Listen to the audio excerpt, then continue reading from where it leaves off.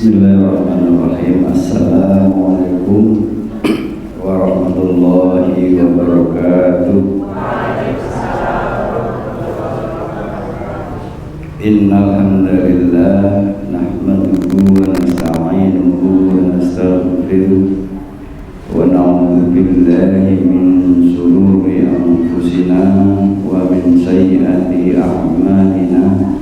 Man yahdihillahu fala mudilla lahu wa man yudlil fala hadiya lahu.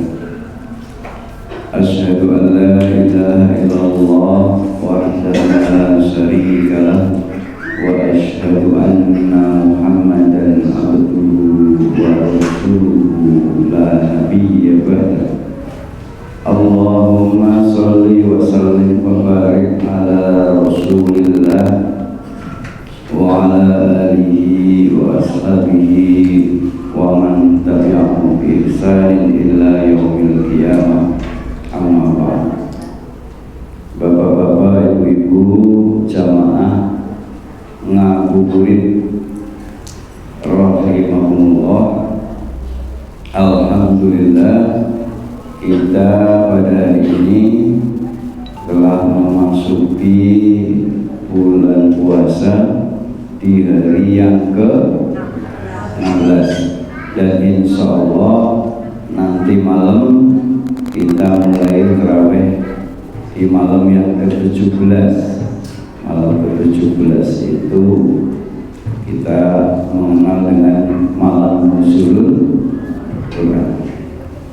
Alhamdulillah bahwa Allah senantiasa melimpahkan kesehatan pada kita, kekuatan pada kita, sehingga kita alhamdulillah bisa melaksanakan puasa dengan baik di bulan Ramadan tahun ini.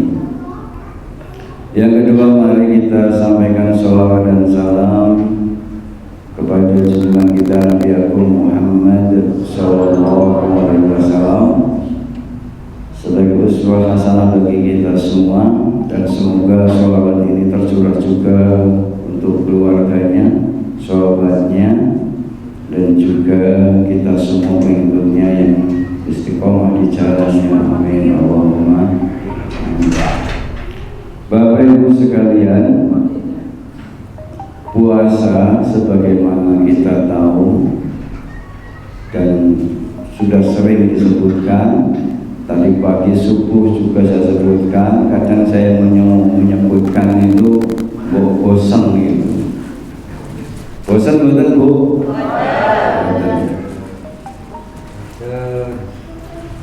Jadi puasa itu diperintahkan kepada kita mengandung satu tujuan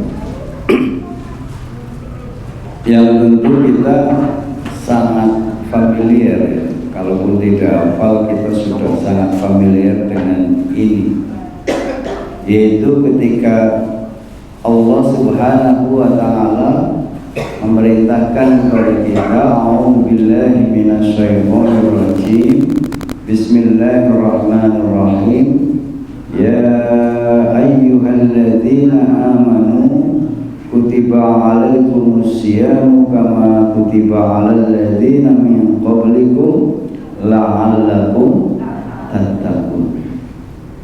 Ya ayyuhalladzina amanu, wahai orang-orang yang beriman, kutiba alaikumus syiyamu, diwajibkan atas kalian berpuasa, kama kutiba alal ladzina min qablikum, sebagaimana telah diwajibkan atas orang-orang sebelum kamu, la'allakum tattaqun, agar kamu bertakwa. Perlu kita tanamkan betul-betul di dalam diri kita Bapak Ibu, bahwa nilai kita di hadapan Allah itu tidak dinilai dari seberapa banyak kekayaan kita. Nilai kita di hadapan Allah tidak dinilai dari seberapa cantiknya wajah kita, tidak dinilai dari seberapa gantengnya wajah kita. Nilai kita di hadapan Allah tidak dinilai dari seberapa tinggi kedudukan kita, tidak dinilai dari seberapa tinggi jabatan kita, tidak dinilai dari berapa panjang gelar akademis kita, tapi nilai kita di hadapan Allah dinilai berdasarkan apa, Bu? Napa, Bu? Berdasarkan ketakwaan kita. Jadi puasa itu diperintahkan pada kita agar kita menjadi insan yang bertakwa. Dan insan yang bertakwa itu adalah nilai kita di hadapan Allah. Maka kita harus lebih bersyukur bahwa kita bertemu dengan bulan Ramadan, di mana bulan Ramadan itu mudah-mudahan Ramadan ini meningkatkan nilai kita di hadapan Allah. Jadi nggak usah terlalu risau dengan embel-embel yang ada di dunia. Apa yang embel-embel yang ada di dunia? Ya, antara harta, kemudian tahta, wanita, kuota. Sekarang kuota. Jadi nggak usah risau dengan itu. Tapi risaulah kita ketika kita tidak punya nilai di hadapan Allah. Maka bulan ini maksimalkan, optimalkan bulan ini agar kita sampai kepada derajat yang takwa, derajat yang tinggi di sisi Allah. Takwa itu apa sih Bapak Ibu? Takwa itu takut kepada Allah. Apalagi?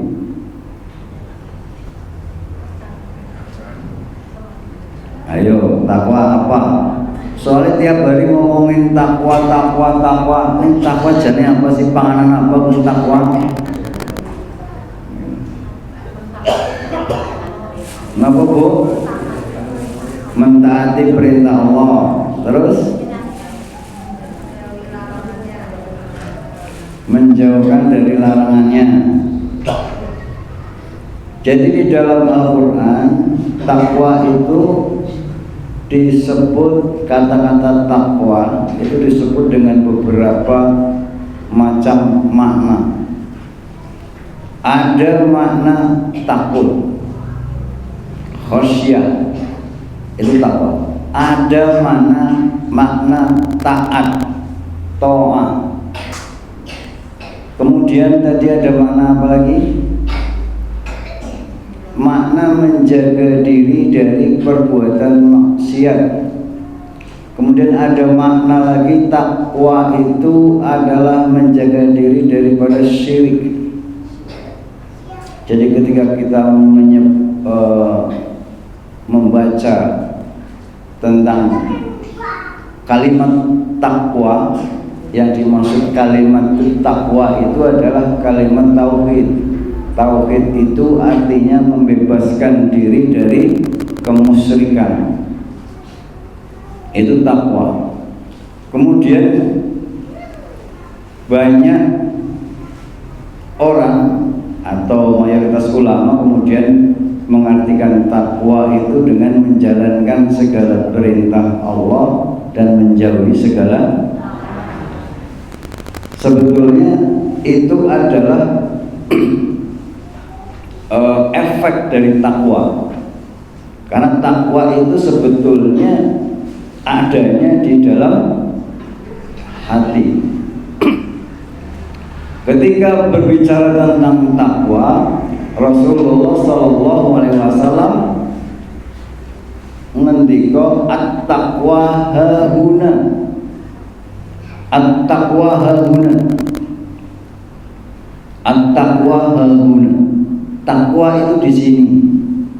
Artinya di dalam hati. Jadi takwa itu adalah suatu sikap mental yang positif, yang memiliki kesadaran penuh kepada Allah, yang diwujudkan dalam bentuk ketaatan kepadanya dan menjauhkan diri dari sesuatu yang dimurkainya. Itu adalah takwa. Suatu ketika Umar bin Khattab bertanya kepada Ubay bin Ka'ab, "Wahai Ubay, apa yang dimaksud dengan takwa?" Ubay ini tidak menjawab, tapi ganti bertanya, "Wahai Umar, pernahkah kamu berjalan di suatu jalan yang penuh dengan duri? Apa yang akan kamu lakukan?" Maka Umar menjawab, "Aku akan hati-hati." Ya begitulah takwa. Jadi takwa itu berhati, artinya berhati-hati, betul-betul dijaga. Ketika Allah perintahkan pada kita, jaga perintah itu, jangan diabaikan. Ketika Allah melarangnya, maka jaga itu, jangan sampai kita melanggarnya. Itu adalah wujud perwujudan dari takwa. Tapi takwa itu sendiri apa ya tadi? Ada sikap mental. Sikap mental yang memiliki kesadaran penuh kepada Allah, sehingga kita menjaga diri dari sesuatu yang dilarang olehnya dan menjaga diri untuk senantiasa taat kepadanya. Bapak Ibu sekalian, takwa itu ada dua dimensi. Ada yang mengatakan 3 dimensi, tapi saya akan memulai dari yang 2 dimensi dulu. Kenapa 2 dimensi? Agar kita melihat ketakwaan itu bukan sekedar urusan manusia, urusan kita dengan Allah, tapi ada urusan yang lain. Kenapa saya katakan takwa itu 2 dimensi? Jadi ketika Rasulullah ditanya, "Ya Rasulullah, amal apa yang paling banyak memasukkan manusia ke dalam surga?" Rasulullah SAW menjawab, amal yang paling banyak memasukkan manusia ke dalam surga adalah takwa Allah dan husnul khuluq. Apa Bu? Nama Pak Yai? Takwa Allah dan ingat, dua amalan yang paling banyak akan memasukkan pengamalnya ke dalam surga itu adalah satu takwa Allah dan kedua husnul khuluq. Takwa Allah tadi sudah kita bahas. Kemudian yang kedua husnul khuluq. Husnul khuluq niku napa Bu? Pak? Husnul khuluq itu adalah akhlak yang, padahal sebetulnya akhlak yang baik itu adalah bagian dari takwa Allah. Jadi takwa itu mencakup husnul khuluq, tapi oleh Rasulullah dibedakan. Bahkan di dalam suatu ayat Allah Subhanahu wa taala menyatakan wasta'in. Apa? Ta'awanu 'alal birri wa taqwa. Ya. Wala ta'awanu 'alal ismi wal 'udwan. ta'awanu 'alal birri wat taqwa, tolong menolonglah kalian di dalam birri, kebajikan, wat taqwa, dan takwa. Birri, birrun, dan takwa itu sebetulnya sesuatu yang hampir identik. Tapi kenapa dibedakan? Karena dimensinya sering berbeda. Termasuk tadi husnul khuluq dan takwa itu ya husnul khuluq itu ya takwa gitu. Tapi itu kemudian dibedakan agar kita mengerti bahwa sebetulnya takwa itu tidak hanya menyangkut hubungan manusia dengan Tuhannya, tapi takwa itu juga termasuk hubungan manusia dengan manusia, manusia dengan makhluk lain. Makanya ada istilah birri wat taqwa.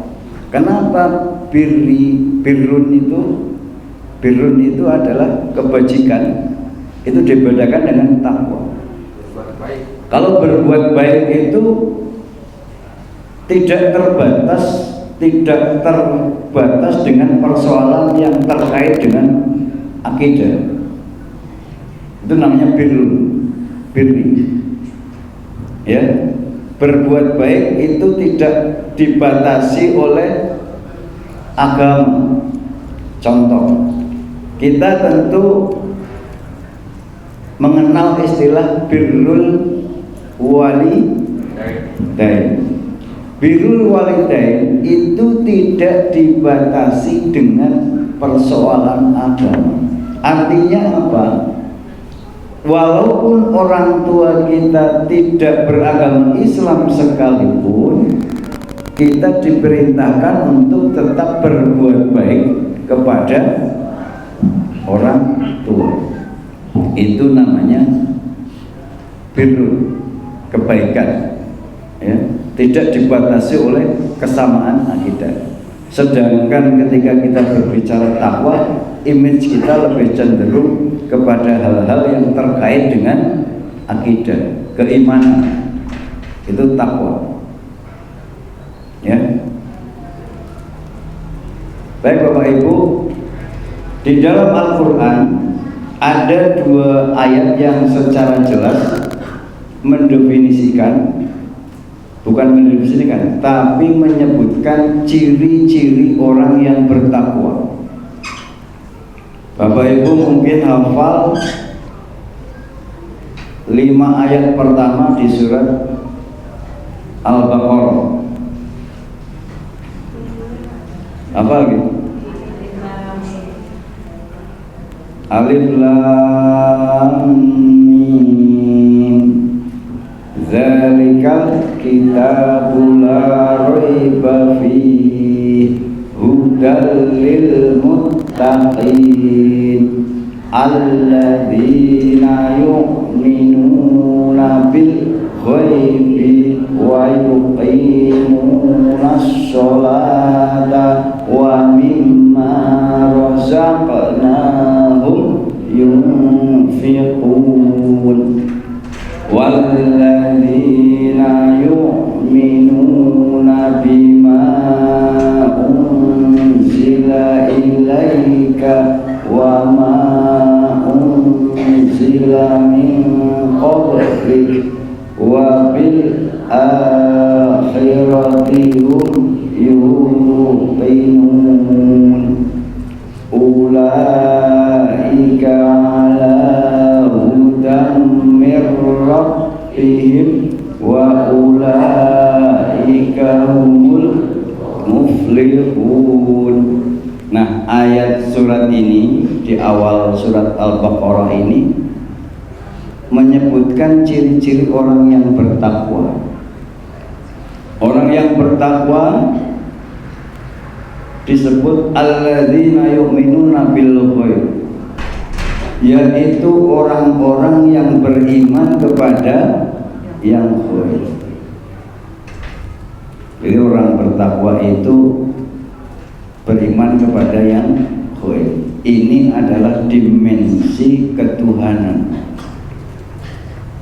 Yang gaib di situ, kalau kita mengenal rukun iman, itu iman kepada Allah, iman kepada malaikat Allah. Termasuk yang gaib di akhir itu ada iman kepada hari kiamat. Setelah iman kepada yang gaib, terus apa tadi lanjutannya? Alladzina yu'minuna bil ghaibi wa yuqimunas shalah. Nah, ini kemudian orang-orang yang mendirikan sholat. Ini adalah satu dimensi, masih masuk dimensi ketuhanan. Kalau ada 3 dimensi, ini masuk dimensi ibadah. Karena ada akidah, ada ibadah, ada muamalah atau akhlak. Ya. Setelah wa yuqimunas shalah, kemudian wa mimma razaqnahum yunfikun, dan dari apa-apa yang telah dirizkikan oleh Allah kepada mereka, mereka menginfakkan. Ini adalah dimensi kemanusiaan. Jadi dimensi takwa itu ada dimensi ketuhanan dan dimensi ketakwaan. Ya, dimensi kemanusiaan yang lebih mengarah kepada manusia. Kemudian walladzina yu'minuna bima unzila ilaika wa ma unzila min qablik wa bil akhirati hum yuqinun. Ini masih masuk ke dimensi yang pertama, dimensi ketuhanan, termasuk tadi iman kepada akhirat. Kemudian Bapak Ibu, ada satu surat lagi di dalam Al-Quran yang menyebutkan ciri-ciri orang yang bertakwa. A'udzubillahi minasyaitonirrajim. Bismillahirrahmanirrahim. Wasari'u ila maghfiratin mir rabbikum wa jannatin arduhas samawati wal ard u'iddat lil muttaqin alladzina yunfiquna fis sarra'i wad dharra'i wal kadhimina al ghaidha wal 'afina 'anil nas wallahu yuhibbul muhsinin. Ini ciri lain dari orang-orang yang bertakwa. Yang pertama adalah alladzina yunfiquna fis sarra'i wad dharra'i, yaitu orang-orang yang menafkahkan hartanya, orang-orang yang menginfakkan hartanya baik dalam keadaan lapang maupun sempit. Bapak Ibu, kalau orang kaya berinfak, gemar berinfak, itu enggak istimewa. Orang punya duit miliaran berinfak itu enggak istimewa. Yang istimewa itu adalah orang yang dalam kesempitan dia masih mau berinfak. Maka orang takwa itu salah satu cirinya adalah orang yang mau berinfak baik dalam keadaan lapang maupun sempit. Maka ketika kita keadaan sempit nggak mau berinfak dengan alasan nyongkan mau duit, masa infak, tak jamin Bapak Ibu tekan sugih juga orang bakal infak. Kenapa? Eman. Kenapa? Semakin kaya itu tantangannya semakin berat. Saya pernah cerita, saya mengalami sendiri. Ketika saya punya duit 100.000,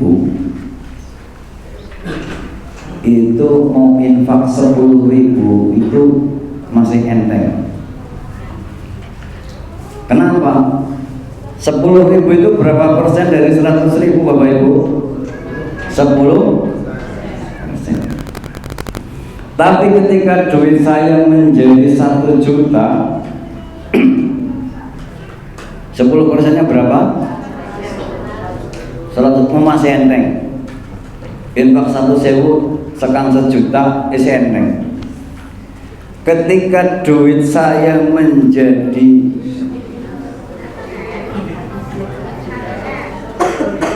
10 juta, ada MD 10 juta, 10%-nya berapa? 1 juta. Arab infak mikir, duh ini ngakeh ya.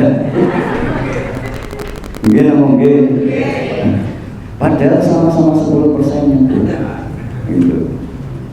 Makanya orang kaya itu infaknya sedikit ya kepriwe, akeh ya kowe meneman gitu. Tapi itu Allah kan tidak menilai dari Allah itu, innallaha la yanzuru ala suwarikum wa amwalikum. Allah tidak melihat wajahmu dan tidak melihat kekayaanmu. Walakinallaha yanzuru ala apa? A'malukum wa qulubikum. Allah yang dulu ala qulubikum dulu, hatimu, dan a'malukum, amalmu. Jadi yang Allah lihat itu bukan wajahmu, bukan wajah kita cantik apa jelek, bukan harta kita sedikit apa banyak, tapi yang Allah lihat itu adalah hati kita dan amal kita. Soal amal itu Rasulullah SAW pernah mengatakan begini, tahukah kamu 1 dirham yang lebih baik daripada 1000 dinar? Kamu tahu nggak duit 10.000 sing luwih apik daripada 1 miliar? Pengen tahu nggak Bu?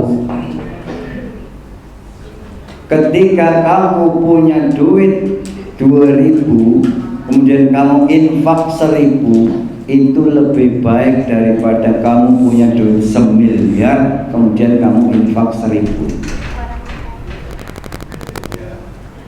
Ya kan? Logika kita aja ketemu gitu kan.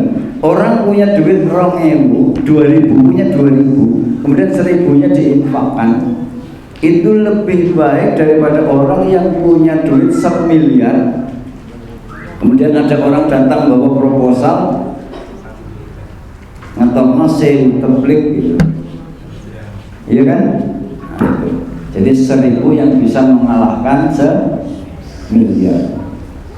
Maka jangan sepelekan. Rasulullah tidak menyepelekan. Bahkan Rasulullah dawuh, jagalah dirimu dari api neraka walaupun hanya dengan separuh buah kurma. Maksudnya apa Bapak Ibu? Bukan kemudian kita suruh berinfak separuh kurma, enggak. Kalau kamu hanya punya sebuah kurma, sebiji kurma, ya kok diparuh disedekahkan. Orang duwene separuh tapi infaknya separuh, bukan itu gitu. Duwene separuh karena kurma di on separuh terus dijual separuh. Kowe jenenge mati pelit. Makanya kalau yang ada di sini insya Allah nggak begitu ya. Insya Allah infaknya banyak-banyak, rajin berinfak. Karena tadi pagi saya masih tanya ke balik-balik itu kasnya minus apa plus? Minus berapa? Berapa itu balik ini? 600. Ini kalau yang hadir hari ini sejumlah 150, masing-masing berinfak 2.000 saja, berapa itu? 300. Berarti besok untuk. Amin. Kan begitu. Itu baru 2.000. Kalau ada yang infak 5.000 ya sekaligus nutup. Oke, saya lanjutkan. Itu tadi ciri orang yang bertakwa apa? Menafkahkan harta baik di waktu lapang maupun sempit. Maka di bulan Ramadan ini kita diajari untuk memperbanyak bersedekah. Dikatakan bahwa Rasulullah itu adalah orang yang paling dermawan. Maksudnya dermawan apa Pak? Senang ameh, senang infak. Dan Rasulullah lebih dermawan ketika memasuki bulan. Jadi nek jenengan bulan Ramadan kok malah lebih pelit. Kowe jenenge orang nyontoh Rasul. Eman-eman yang Ramadan kan bersedekah, mending gue tuku tajil, mending gue tuku apa kayak bakso, gue tuku sop buah, apa itu tukoni kabeh, kemana kan gue sedekah. Itu berarti tidak mencontoh Rasulullah. Rasulullah itu paling dermawan dan lebih dermawan ketika memasuki bulan Ramadan. Baik, kita lanjutkan yang berikutnya. Ciri orang bertakwa yang berikutnya menurut ayat tadi adalah wal kadhimi nal ghaidh. Orang yang senantiasa menahan amarah. Orang berpuasa itu orang bertakwa itu adalah orang yang senantiasa menahan amarah, ahli menahan amarah. Bukan hanya sekedar pernah menahan marah, tapi ahli menahan marah. Maka bahasanya al-kadhiminal ghaidh. Itu kalau bahasa Arab itu bentuknya isim, kata benda. Kata benda itu sudah menjadi ahli. Bukan sekedar bisa jahit, tapi sudah ahli jahit. Kalau seperti itu menerangkan begitu, bukan sekedar bisa jahit, tapi memang profesinya penjahit. Bukan sekedar bisa menahan marah, tapi memang dia sudah ahli menahan marah. Maka di bulan puasa ini kita dilatih untuk menahan marah. Itu. Kemudian yang ketiga tadi, ciri orang yang bertakwa adalah wal-afina 'anin nas. Orang yang ahli memberi maaf kepada orang, bukan hanya bisa memaafkan, tapi memang sudah ahli, sudah terbiasa, sudah menjadi karakter, dia selalu memaafkan orang lain. Biasanya sih gampang memaafkan bapak-bapak apa ibu-ibu? Ya? Aku. Yang lebih gampang memaafkan bapaknya apa ibunya? Ibunya bapaknya Pak? Bapaknya guyu-guyu. Ya bapaknya ngalah ya si ibunya lah. Menit. Bukan kasus seminggu.